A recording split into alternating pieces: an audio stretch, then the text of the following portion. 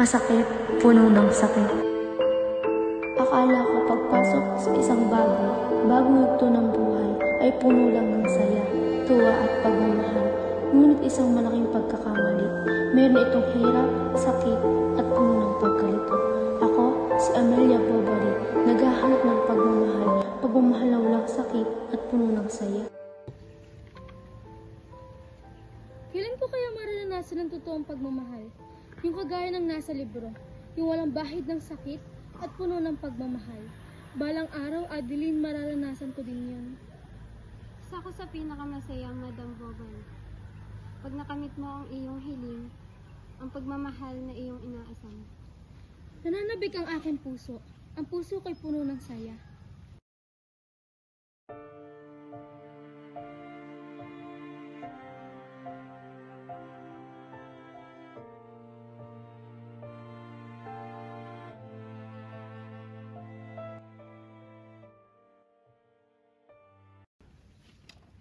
Tiyak na ako pinakamasayang babae ngayong araw na ito.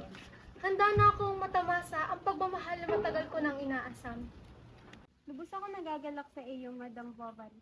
Sana ipuno kayo palagi ng pagmamahal. Hindi ng aking hiling, puno ng saya at pagmamahal. Kumbaga, yung mga nababasa ko sa mga libro. I request everyone to stand.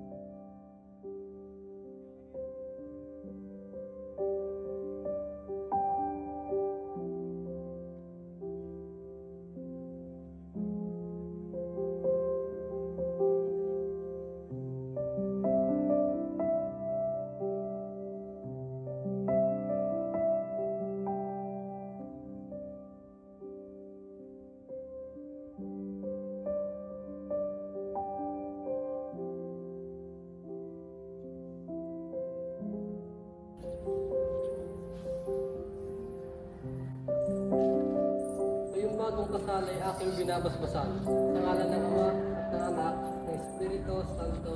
Amen. Pumayo kayo at magpakarami.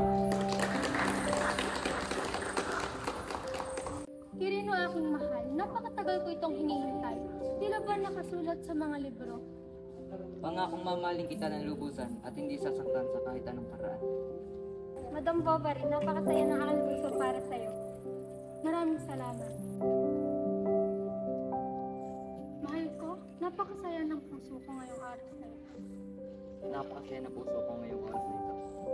Kirino aking mahal, ngayon tayo kasal na. Mayroong mga bagay na gustong makamtan.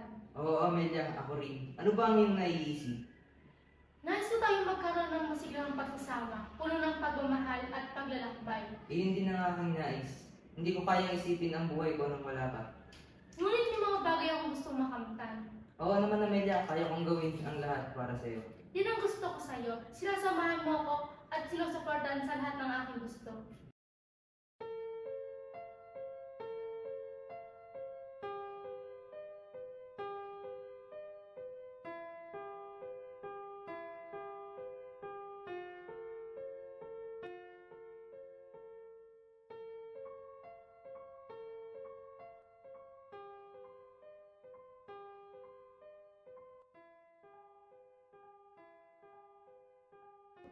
Sino, alam mo bang pangangailangan ng mas marami pa?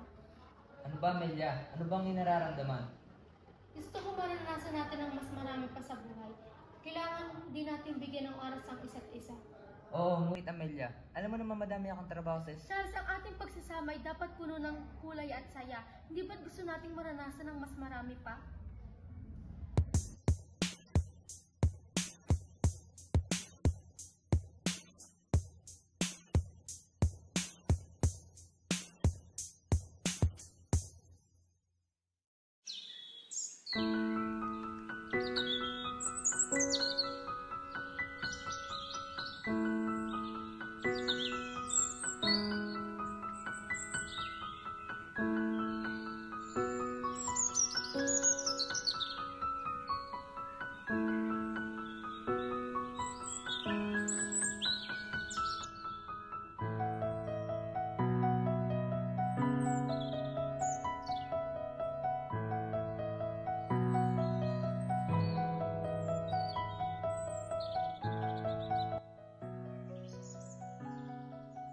Bonjour, Mademoiselle. Pangalan ko ay Mile Grayson. Bonjour, Mael. Ang pangalan ko ay si Amelia. Anong ginagawa mo rito? Naglalakad ako at nakita ko sa malayong napakaganda mo. Hindi ko napigilan ang aking sariling lumapit. Salamat naman, ikaw rin may tura. Anong ginagawa mo tapat-pat ka rito? May mga kaibigan ako sa kalapit bayan at nabalita ko maganda raw ang tanawin dito. Maganda nga ang tanawin dito. Maaari bang magtanong, ano bang ginagawa mo sa buhay? Ako isang magsasaka, ngunit sa oras na ito, naglalakad ako upang humanap ng sariwang hangin. Masarap nga ang sariwang hangin dito. Alam mo ba, may gusto pa akong maranasan sa buhay na ito. Bakit hindi natin pagsamahan ang Amelia? Maglakbay tayo at paklasin ang ganda ng mundo. Talaga? Marahil masarap nga yan.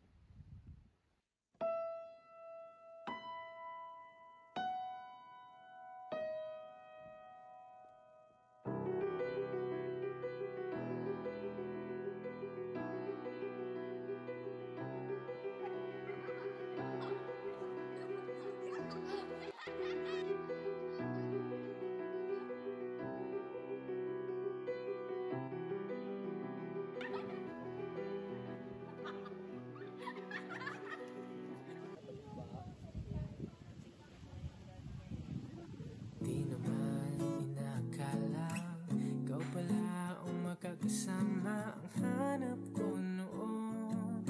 Ibang-iba sa ngayon, ika'y dumating sa tamang panahon. Ikaw na ba yung dinalangin ko? Kirino, naisip mo ba kung gaano natin kamahal ang isa't isa? Oo, palagi. Hindi ko may paliwanag kung gaano kalalim ang pagmamahal ko sa iyo. Ikaw ang nagbibigay liwanag sa aking buhay. Ikaw din ang nagbibigay liwanag sa aking buhay. Napakaswerte ko, Medya, at ikaw ang aking naging asawa. Ano ba nagustuhan mo sa akin? Oo, marami. Ang iyong dedikasyon, ang iyong kabaitan, at higit sa lahat ang pagmamahal mo sa akin. Ang iyong mata, ang iyong tapang at ang iyong pangarap. Hindi ko kaya ipagpalitan sa pangmamahal. Mahal na mahal kita, Kirino. At mahal na mahal na din kita. Aalis muna ako at may pasyente pa akong gagamitin. Ingat ka. Mael! Halika, tumakap tayo ng sariwang hangin.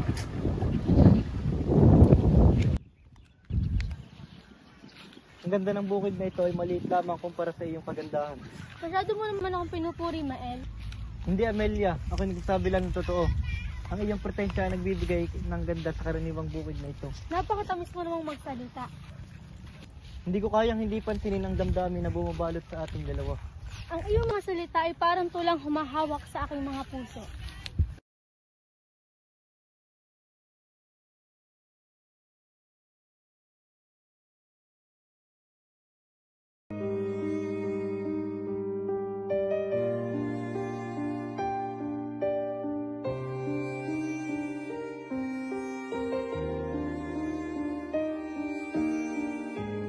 Ito tama.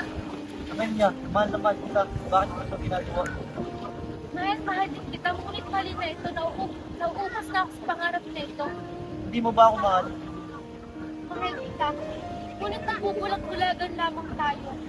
Huwag mo ito gawin, Amelia. Kaya natin ito. Mael, hindi natin ito kaya. Ikaw, ako, lahat tayo nagbubulag-bulagan lang tayo pero hindi natin ito kaya. Huwag mo kong iwan, Amelia. Mael, hindi sapat ang lahat. Kailangan natin iwan ang isa't isa. Paano tayo napunta sa ganitong sitwasyon? Mael, hindi natin inaasahang may pag-ibig na papalot sa ating dalawa. Pero mali ito. Mahal kita, Mael, pero hanggang dito na lang tayong dalawa.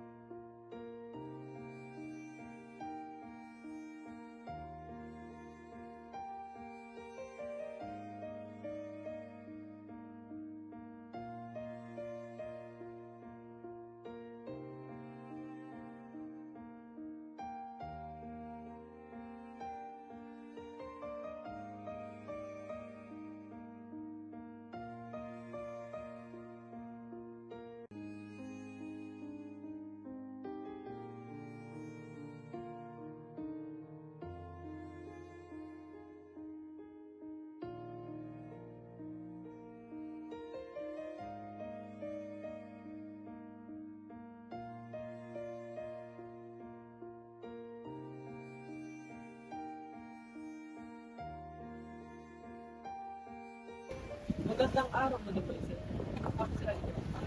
Anong dahilan ng tema? Yan. Wala ito. May mga gumugulo lang sa aking isipan. Gusto mo bang samahan kita rito? Ikaw ang bahala. Naririto lamang ako para lumakhap ng sariwang hangin. O baka may iba kang hinahanap? Kung may iba kang nais, handa akong maging bahagi ng iyong paglunok. Talaga? Pagkatapos ng 2 pagkabigo, eto ako, nagbabaka sakali na baka ito ang aking pag-ibig na inaasam.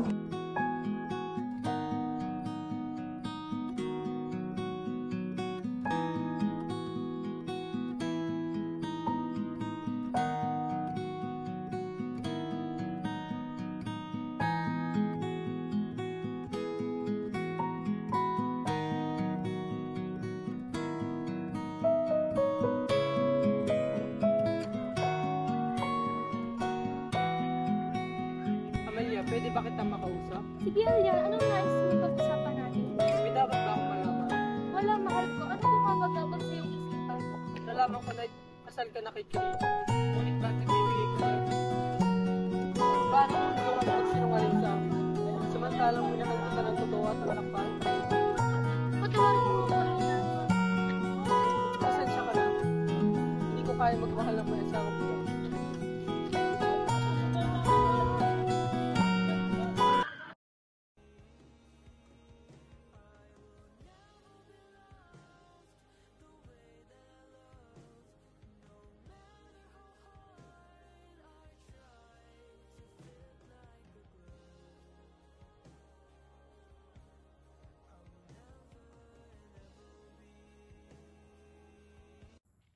Bakit ganun, Adeline? Hindi ko maranasan ang pagmamahal kagaya ng nasa libro. Marami ng lalaki ang nagdaan, ngunit ni isa, wala nagpatuloy ng kanilang pagmamahal. Pangako hindi ka na luluha pa. Ako na ang bahala sa iyong pagkalaya.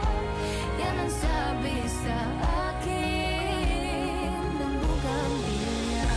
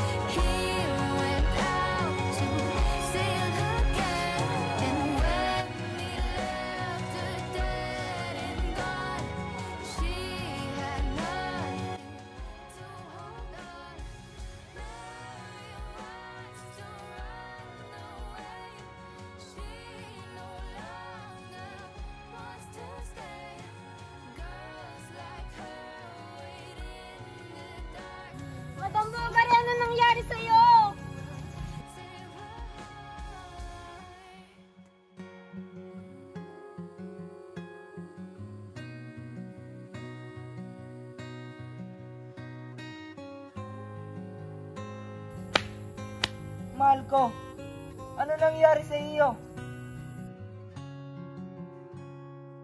Hugis ng pananabik ang namumulaga.